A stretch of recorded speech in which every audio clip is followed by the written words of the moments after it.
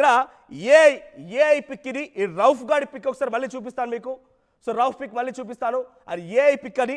మొహం పైన రక్తం, మొహం పైన చెంప చెల్లు అనిపించినట్టుగా, మొహం పగిలిపోయినట్టుగా, ఎవడైతే యుద్ధ విమానాల్ని కూల్చానని చెప్పాడో, ట్రోల్ చేశాడో, పిచ్చి పిచ్చి సిగ్నల్స్ ఇచ్చాడో వాడి మొహం పగలగొడుతూ ఏఐ పిక్ అది. మీరు చూస్తున్నారు కదా, బట్టలు చొక్కా చించేసి, బట్టలు ఊడదీసి, బట్టలు చించేసి, మొహం పగలగొట్టి వాడి ఫోటోని చిత్రీకరించారు ఏఐ ద్వారా. సో ఏదేమైనా వీడు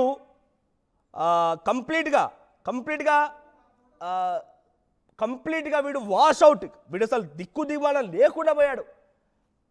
వీడు మ్యాచ్ ఆట చేతగాక, వీడికి ఏమాత్రం చేతగాక. అక్కడ చూడండి, ఈ ఫోటో కనిపిస్తోంది కదా, వాడు బట్టలు చినిగిపోయినట్టుగా, మొహం పగిలిపోయినట్టుగా ఈ ఫోటోని ఇప్పుడు సోషల్ మీడియాలో వైరల్ చేస్తున్నారు. ఏఐ జనరేటెడ్ ఫోటో ఇది. సో ప్రస్తుతానికి రౌఫ్ గాడి ముఖం పగిలిపోయింది. నిజంగా వాడు మన కంట పెడితే, నిజంగా మన చేతికి చిక్కితే మీరేం చేయాలనుకుంటున్నారు కామెంట్ చేయండి. అది సాధ్యం కాదు, బట్ మీకు ఎంత కోపం ఉంది, మీకు ఆవేశం ఉంటుందని కామెంట్ చేసే ప్రయత్నం చేయండి.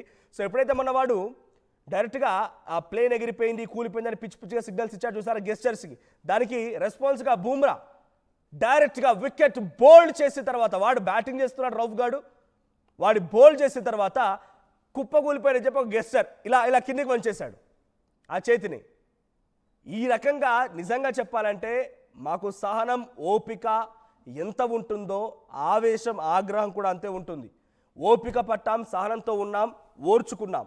మేము మీలాగా పిచ్చి కుక్కలాగా అరవలేదు, గెలిచి చూపించాం. మా సత్తా ఏంటో విజయం సాధించి చూపించాం.